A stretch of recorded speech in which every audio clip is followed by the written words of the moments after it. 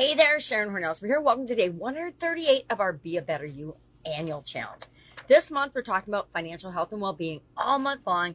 And today's topics are a couple that I learned the hard way, but have been really, really valuable in understanding how things work, especially financially, because money is such an emotionally charged topic for the vast majority of people on the planet.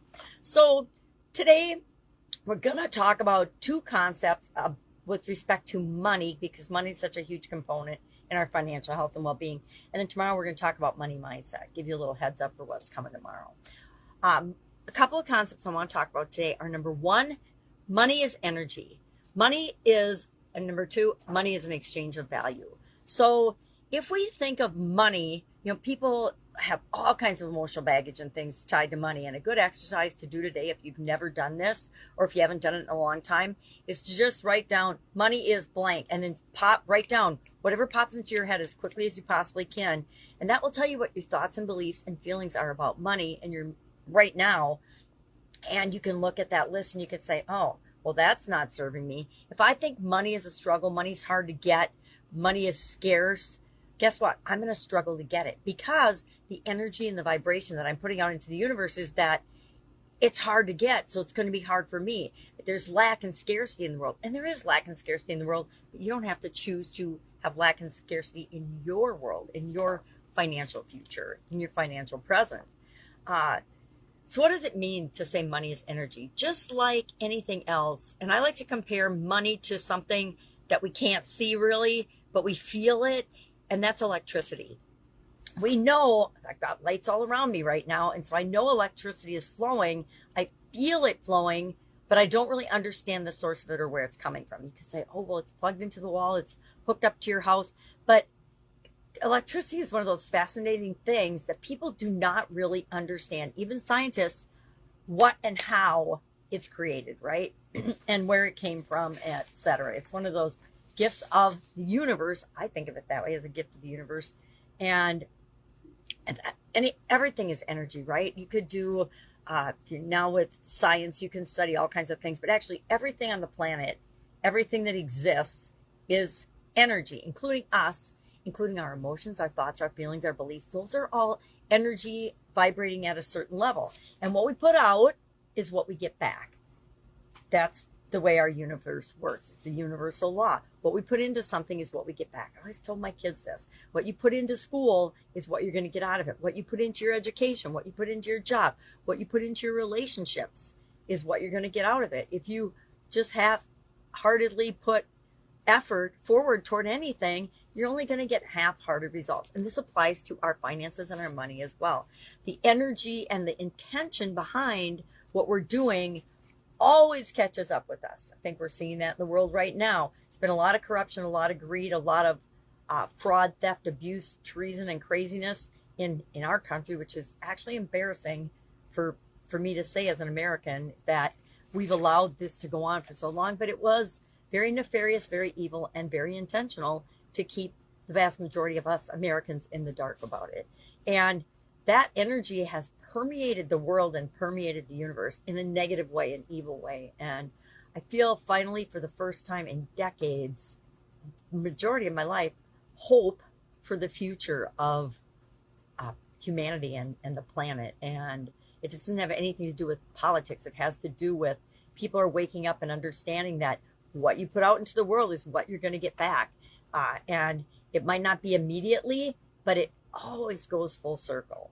Anyway, money is energy. So that means the thoughts, feelings, beliefs all determine the actions that we're going to take with respect to money. So we want to keep them positive. Let me give you a couple of examples of people that this had an impact on. Sarah is an entrepreneur, and she used to hustle nonstop. I can relate to this one.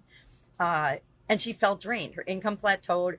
But when she finally shifted her energy by slowing down, focusing, and aligning with joy and the things that made her feel positive, happy, and passionate, and driven to create, clients seemed to appear out of nowhere. Her vibration changed, and so did her bank account. I'm just going to share one because we still have a whole lot to talk about. Now, the other concept, in addition to the energy you put out is the energy you get back, money is in and of itself an exchange of value.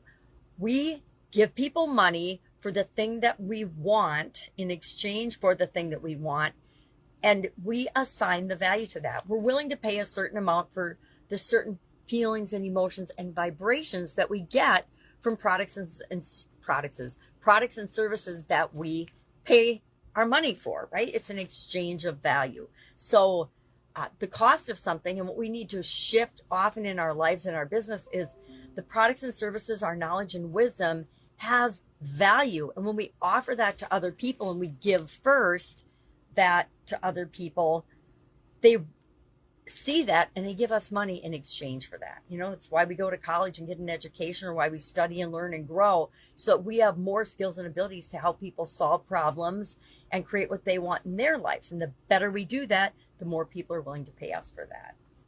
So what I like about this and how this shifted for me personally was when I realized money has energy just like everything else. And if I want to attract it, I have to be grateful for it, and I have to send it positive emotions, and I have to have positive feelings, thoughts, and beliefs about it, and it will flow to me.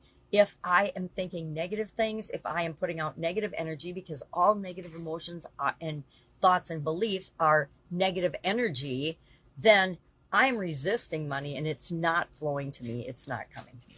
And then as far as the exchange of value, if I realize that I am giving people something of value that they'll pay me for, and they want to pay me for it, then there's no icky feelings around, or again, negative, about raising our prices, charging what we're worth. I used to have an Italian food business for like 35 years. And people in my life would tell me, oh, it's too expensive. It's too expensive. You can't raise your prices. So I bought into that for a while. And for a long time, I only raised my prices like every 2 to 3 years. Unfortunately, prices of everything else around the world were, and the cost of creating those products and services were going up and up and up. And I wasn't necessarily keeping up with it because I kept getting pressure not to raise prices ever. Well, guess what? You have to stay in business and grow and build and supersize your business. You have to do what makes business sense, not listen to the pressures of other people's thoughts, feelings, and beliefs about what things should cost. If it's not of value to them, they're not going to pay that price. It's why people will buy a Rolex watch instead of a Timex watch. If Timex still makes watches, I guess I don't even know. It's why people will spend, different amounts of money for different hotel and travel experiences because they want a certain form of luxury, etc. So it's an exchange of value. So today, our action items to just think about these things today, these concepts: money as energy and money as an exchange of value. And just write a couple of ahas that you have in the comments below so we can learn from one another. That's it. If I can help you in any way, hit me up. I could literally talk about these two subjects probably a whole day each. So there's a whole lot more, but I wanted to just introduce them because tomorrow we're going to talk about money mindset. All right. Have a great day. And I'll, of course, be with you tomorrow.